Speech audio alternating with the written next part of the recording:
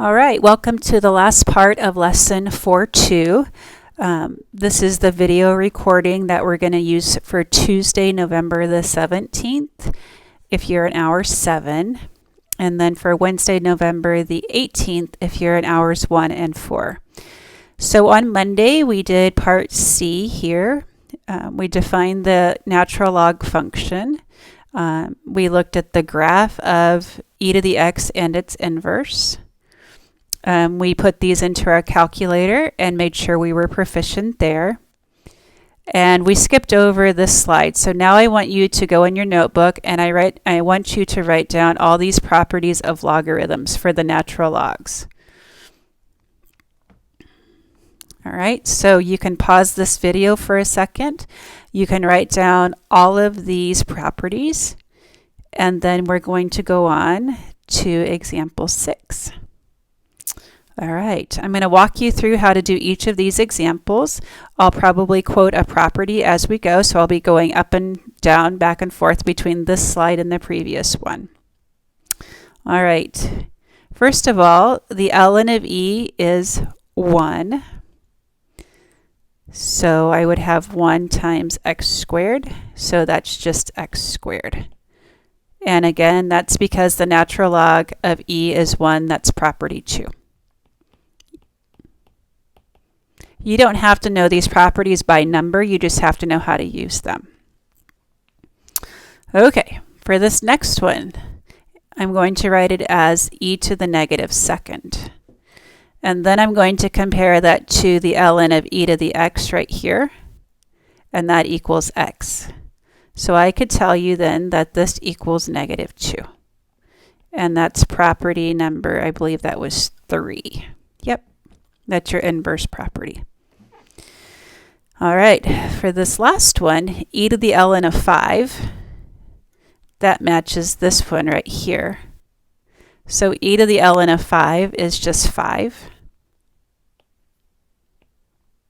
And the ln of 1 is 0, so 5 minus 0 is 5. Okay, that last one was a combination of property 4. Nope, sorry, the second part of property 3 and property 2. And you've got some here to try. This is part A of number 6, this guy right here. So that's what I was trying to show you with my extra writing. That's part A. I added in a part B, and I gave you a new part C. Sorry, a new number 7. Okay. We already did example 7, so now the last part of this lesson is an application problem. So I'll walk you through this one, and then you'll be done with lesson 4.2. My next video will get you started on lesson 4.3.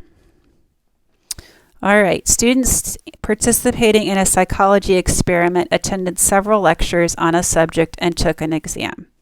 Every month for a year after the exam, the students took a retest to see how much of the material they remembered. The average scores for the group are given by the human memory model, and this is it right here, where 0 to 12 represents the time in months. So what was the average score on the original exam at time equals 0? So f of 0 equals 75 minus 6 times the natural log of t plus 1. So 0 plus 1 would be what I have. Now, if you were paying attention before, the natural log of 1 is 0. So the natural log of 1 is 0. So that's the 0 I have here. So the original score on the exam was a 75%.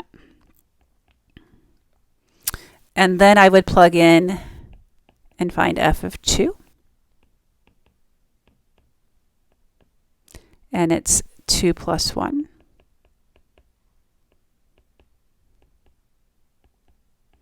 And I would go to my calculator. I'm going to go ahead and set up the next one, and then I'll put my calculator to use here.